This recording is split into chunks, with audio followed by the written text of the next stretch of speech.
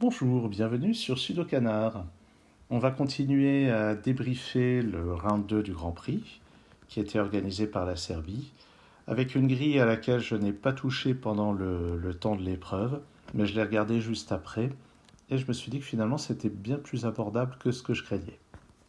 Donc c'est une variante complètement hybride, no touch, qu'on appelle aussi anti-king, qui signifie que deux cases en diagonale doivent contenir des chiffres différents. Irregular, c'est juste que les régions ne sont pas des carrés 3-3, mais ces régions irrégulières, il y en a toujours 9 avec chaque chiffre de 1 à 9 dedans. Et puis il y a la règle skyscrapers que j'ai dû expliquer plusieurs dizaines de fois sur la chaîne, mais je vais la réexpliquer une fois de plus. Les nombres dans la marge indiquent combien d'immeubles on voit, sachant qu'un immeuble masque toujours les immeubles plus petits que lui. Par exemple, donc le numéro, donc vous voyez que si ici je mettais un 4, on verrait le 3, le 4, le 5, le 7. Peut-être ça, en tout cas ça ne pourrait pas faire 3 ici. De même, si je mettais le 6, on verrait l'immeuble 3, le 6, le 5 serait caché, mais on verrait le 7, le 9, ça ferait au moins 4, ça n'irait pas. Et c'est ce qui fait que sur cette ligne, on peut dès le début placer un 8 ici. Et puis 6 et 4 qui restent à placer sur la ligne. Par contre, avec le 8 ici, on voit l'immeuble 3, le 8 qui masque 5, 7, 6, 6, puis on voit le 9, et il masque 2, 4 et 1, on voit bien 3 immeubles. Et je peux entourer cet indice, on l'a utilisé au maximum. Ensuite, qu'est-ce qu'on va pouvoir regarder? Alors, ce qui est bien, c'est que je l'ai fait je l'ai déjà résolu il y a moins de 24 heures ce problème, mais j'ai déjà à peu près tout oublié, comme ça arrive très souvent. Alors, qu'est-ce qu'on va regarder ensuite? On voit que le 6 n'est pas là, donc dans cette région, il doit être forcément par ici. Qu'est-ce qu'on voit d'autre? 3 et 8 ne sont pas par là. Ah, ce qu'on peut voir, c'est dans ce bloc, il nous manque 5, 8 et 3. Et 8 ne peut pas être à côté d'un 4, puisque un 8 au bord, c'est forcément un indice 2. Donc le 8 est là, et on a 3 et 5 ici. Le 8 n'est pas là, le 8 n'est pas là non plus par no touch, donc j'ai un 8 par ici.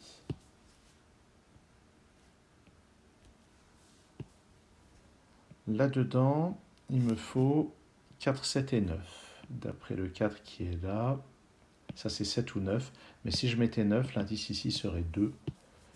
Donc c'est 7. Le 9 ne peut pas être à côté du 5. Et là j'ai un 4. Là-dedans, il me faut quelque part un 8, mais il ne sera pas là. Ici, ça ferait un indice 2, ici un indice 3. Donc je vais avoir le 8 par ici. De même pour le 9. Donc je vais avoir 8 et 9 parmi ces deux cases. Et puis 3 et 5 pour ces deux cases.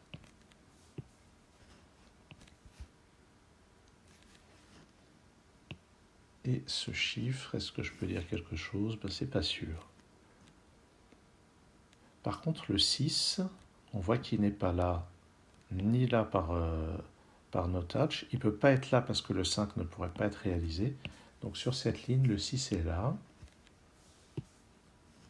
6, 6, je vais avoir un 6 par là. Pour le moment, ça n'a pas l'air très simple de décider où ça va. Le 4, je vais avoir un 4 ici ou là. Je ne vois pas bien comment décider, mais je vais quand même les noter. En notation Snyder. 6, ah oui, ça c'est toujours indécis. Est-ce qu'on va regarder? Le 8 n'est pas là, il n'est pas là non plus. Il peut être là. Ah, mais au fait, ce 4 est intéressant. Où peut aller le 9 sur cette ligne? Il peut aller là ou là. Mais si je mets le 9 ici, ça veut dire, ce 2 nous dit qu'on voit seulement le 4 et le 9, Mais le 6 et le 7 contredisent cette idée. Donc le 9 ne peut pas être là. Et il est forcément là, puisqu'il ne va pas être à côté du 4 ou du 5. Donc il nous reste 1, 3 et 5 à mettre dans ces cases. D'après ce 5, ça c'est 1 ou 3. Et puis 1 ou 3 ici aussi, parce que si je mettais le 5, le 2 ici ne serait pas réalisé. Donc ça c'est un 5, ça c'est un 3. Et là-dedans, il nous faut 2, 5 et 8. Avec ça et avec ça, eh bien, le chiffre ici doit masquer tout cela. Donc c'est lui le 8. Et puis 2 et 5 en exploitant ce 5.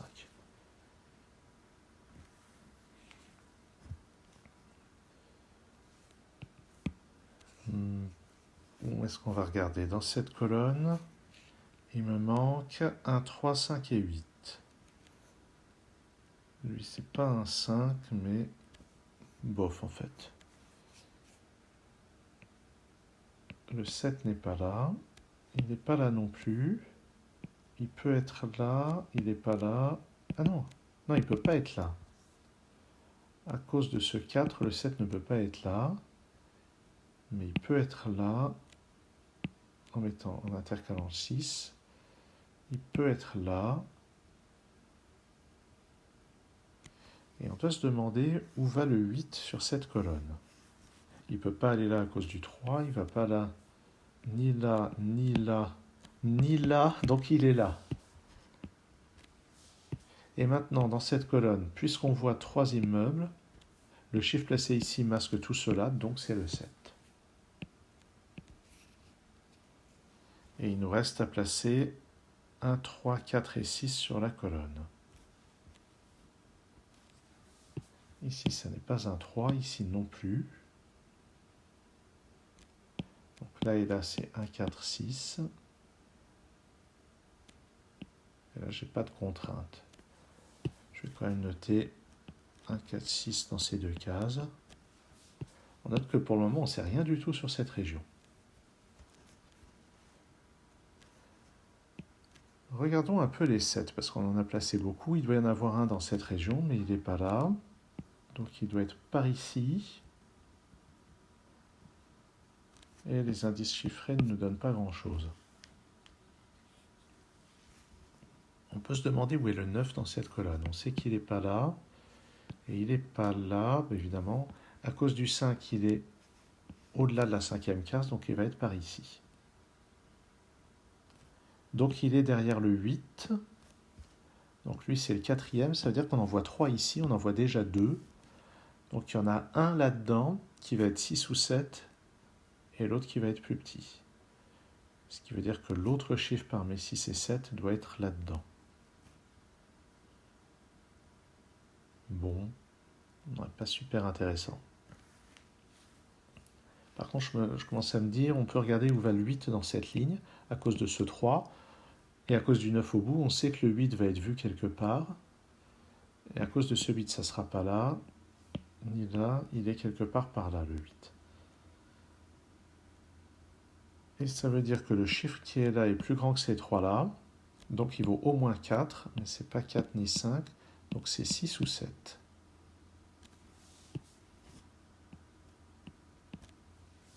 Ah, et il y a un 6 en bas, donc merci la notation Snyder, c'est un 7. Donc je vais vraiment avoir un 7, il n'est pas là, donc il va être là-dedans. Et n'oublions pas que d'après ce 5, le 9 est au-delà de ça. Et à cause de ce 4, le 9 est au plus loin, au moins loin ici. Donc en fait, en recoupant les deux, on a le 9 ici et ça pousse le 7 là. Au fait, il serait temps de voir les indices qui sont automatiquement satisfaits. Il n'y en a peut-être pas tant que ça. Ce 3 est satisfait. Ce 3 va être satisfait, ce 2 aussi, ce 2 aussi. Ce 4 sera satisfait si on arrive à faire quelque chose de croissant ici. Il nous manque 1, 2, 4 et 6. Le 2 n'est pas là, donc il est là. Je ne peux pas mettre le 1 ici, sinon j'en aurai pas 4 de visible, donc c'est un 4 ou un 6. Mais d'après les 6 qui sont là, je ne peux pas avoir de 6 ici, donc c'est un 4. Et ici, c'est un 1. Qu'est-ce que je raconte? Non, n'allons pas trop vite. Donc le 4 me donne que ces deux-là sont 1 et 6. Et pour compléter la colonne, il me faut encore un 3 et un 4. Donc j'ai 3 ici, 4 là, en utilisant le no-touch ici. Et dans la colonne ici, il me manque encore 1, 2, 3 et 6. Donc ici, ça peut être indifféremment 1, 2 ou 3. Je vais avoir un 6 là-dedans. Donc le 2 me donne 1, 3, 6, 1, 2, 6, 1, 2, 3. Et j'ai donc forcément un 6 là-dedans. Dans cette colonne, il me manque encore le 9. Et pour être plus précis, il me manque 1, 6 et 9. Le 9 n'est pas là-dedans, donc il est là. Et j'ai donc 1 et 6 là-dedans. Mais notez que si je mets un 1 là, on verra le 1, le 4, le 6, le 7, le 9, et ce 3 ne sera pas satisfait. Donc ça c'est un 6, ça c'est un 1. J'ai donc ce 1, j'ai ce 6. Ça, le 4 ici nous enlève celui-ci. J'ai donc 4 ici, 8 là.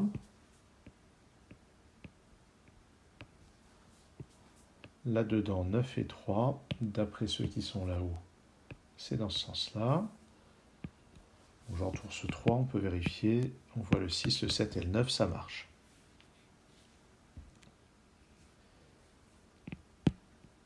Le 1 n'est pas là-dedans, donc il est là. On est censé voir 4 immeubles. On voit le 1, le 3, on voit le 9. Donc ça veut dire que celui-ci doit masquer tous ceux qui sont derrière. Ou alors il peut y avoir éventuellement le 2. Soit c'est le 2, soit c'en est un qui masque tous les autres, auquel cas c'est le 7, mais le 7 n'est pas disponible. Donc c'est 2 d'abord, puis 7, et là-haut, 5 et 6. Bon, par ailleurs, j'avais raté ça, mais j'ai ces chiffres qui se résolvent. Ici et là, ça doit être 9 et 6. Voilà, cette région qui était vide au début commence à se remplir. Ici, il doit y avoir un 4, mais il ne peut pas être dans ces 3 cases, donc il est là. Et on peut le placer donc en bas à cet endroit. Sur cette ligne, il me faut un 2, mais il n'est pas là, donc il est là.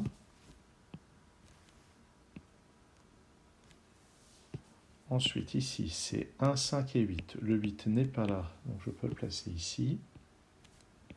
Et puis 1 et 5 en exploitant ce 1 ici. Là-dedans, il me faut un 1 et un 7 d'après ça. Le no-touch, la contrainte anti-king est extrêmement contraignante. Ce 1 me donne le 6, qui à son tour me donne le 5 puis le 6. Et on peut vérifier que ce 5 est satisfait. 4, 6, 7, 8, 9. Bon, ces deux 4 doivent être satisfaits. Je vais quand même vérifier. 3, 7, 8, 9. 5, 6, 8, 9. Ça marche. Le 2 qui est ici. 6. Donc ça doit être plus petit. Ça veut dire que le 8 est forcément derrière. Ça, c'est un 3. Ce 4 doit être satisfait, j'imagine. 1, 3, 7, 9. Oui, j'ai fait en sorte que ça le soit. 5, 7, 8, 9, ça marche. Il y a des indices comme ça que je n'ai pas tellement utilisés. Ça a surtout servi à placer le 9 sur la ligne au départ. Là-dedans, il me manque un 3. Il est donc là. Et les deux autres chiffres sont 2 et 8. C'est donc comme ceci, en utilisant soit le 8 qui est là, soit le 2 qui est là. Là maintenant j'ai un 2. Et puis ça devrait se terminer tout seul. Il me manque ici un 5. Ici 1 ou 3. Ah, fichtre, mais que se passe-t-il? Eh bien, nous l'allons découvrir. Regardons. Ah, le 3 qui est ici. Voilà. C'est lui qui permet de lever cette dernière ambiguïté. On va quand même vérifier. 3, 6, 7, 9. Ce 4 est satisfait. 1, 5, 6, 8, 9. Ce 5 est satisfait.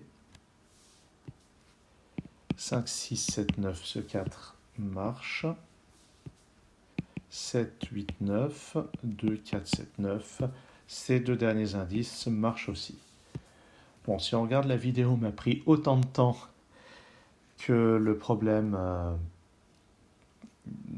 qui valait presque le double de points, mais ça, un grand classique.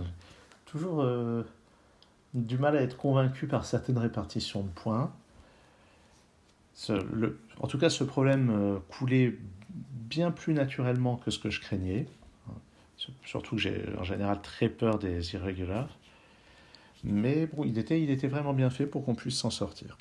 Alors peut-être qu'en ne mettant pas les explications, je serais allé plus vite, mais pas significativement plus vite que sur le problème Killer Hidden Arrows.